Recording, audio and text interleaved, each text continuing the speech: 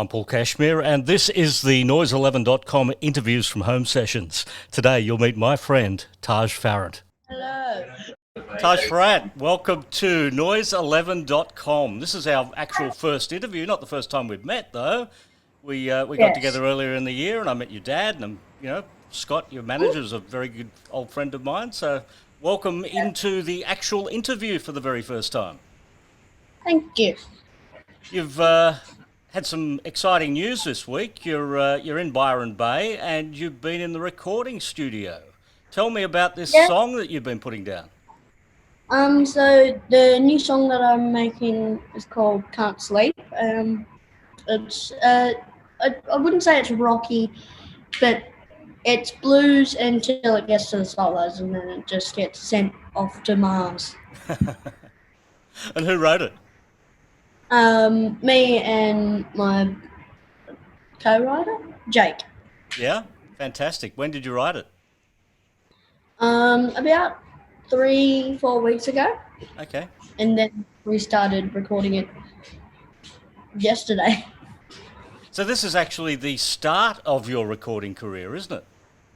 Yes, it is. This is the first song I've ever recorded, and then it gets mixed and mastered the day after. Wow. Okay. So we look forward to hearing the debut song, but we're hearing the news here first. So thank you for that. You've also been working on a reality TV show.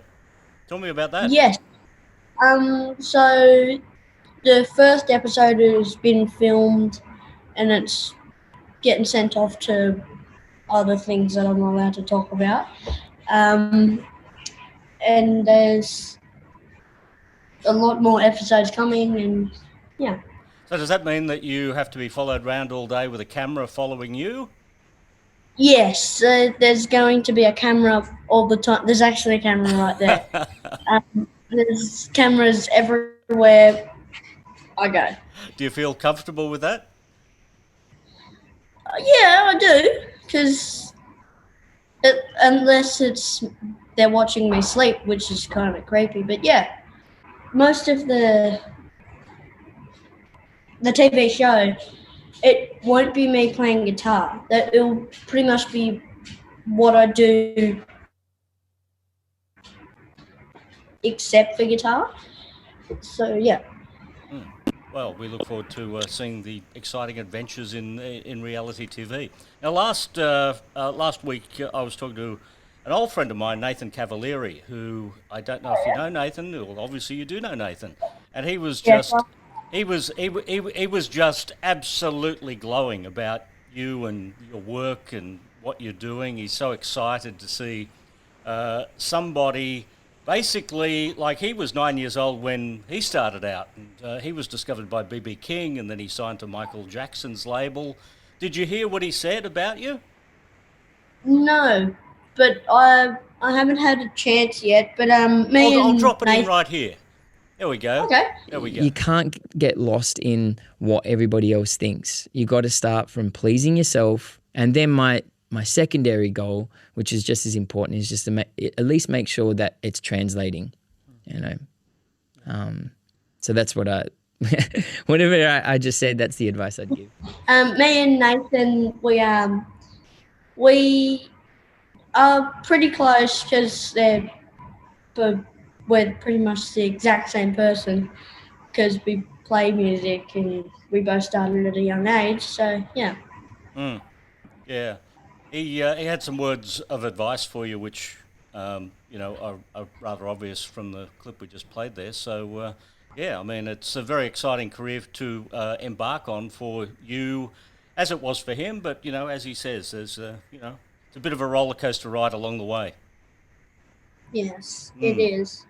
Yeah, you've I think you're 11 years old now. Yes, I am 11. I just worked out something the other day. You and I both have exactly the same birthday, May 21. The 21st. Yeah. That's a bit different.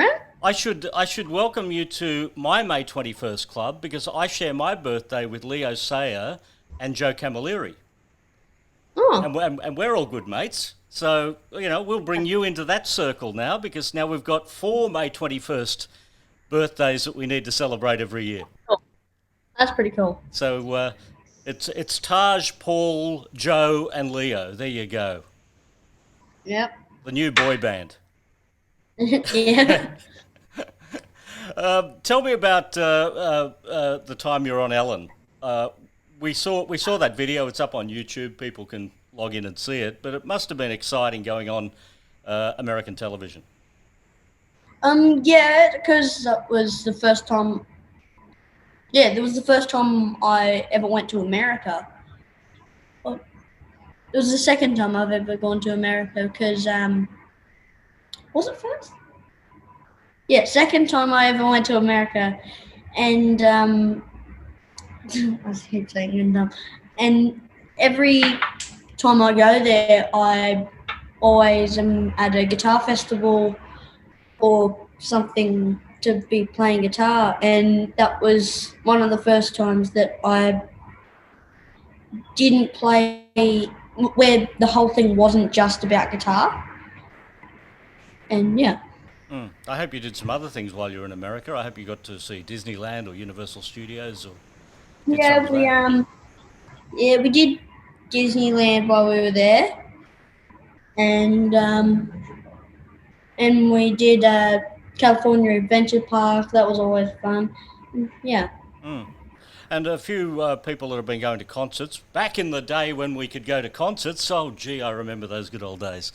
But back in the day when we could go to concerts, you jumped up with Rob Thomas when he was in Australia recently. How was that? Yes, that was really fun.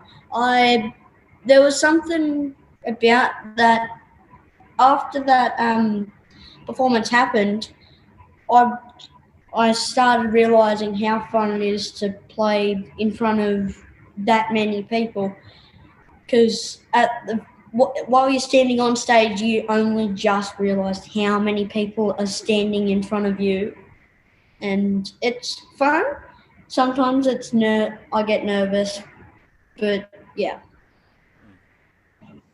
And what about with Carlos Santana? Tell me about that experience. Santana, that one I would say is my favorite that I ever did, because one, it was Santana. I thought that we were gonna play Smooth, which was the first thing that I thought, and then I just they started playing a different thing, and I was like, okay, I'll just join along with you guys then. Do you have a guitar hero? Gary Moore and Angus Young. Very, very tasty. Yeah. Yeah. Well, Gary Moore and Angus Young are quite similar, I would imagine, in styles, because they're both blues-based, aren't they? Well, Angus, he's more of a rock. Not even. Some of AC/DC songs are blues, but Gary Moore was like soulful blues and melodic, floaty, roundy stuff, and Angus was more of a rock and roll, get you jumping up and down. What about somebody like David Gilmour of Pink Floyd? What do you think of him?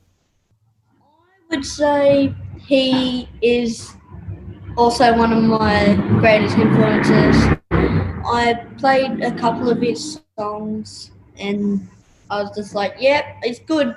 I like it a lot. Slash? People are going to get angry at me for this one.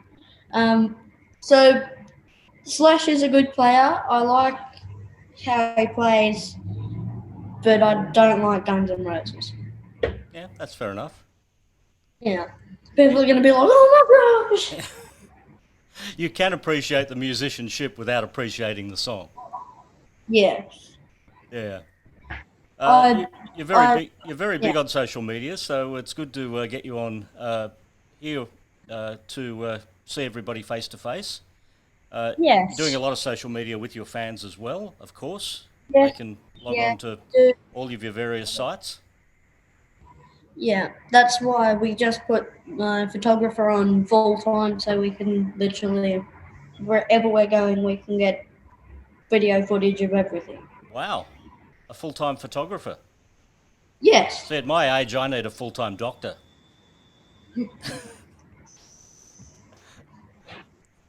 Taj, it's been a pleasure catching up again.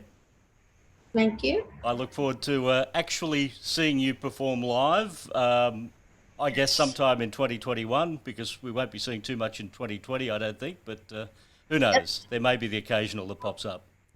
Worst year ever. All the best. Thank you.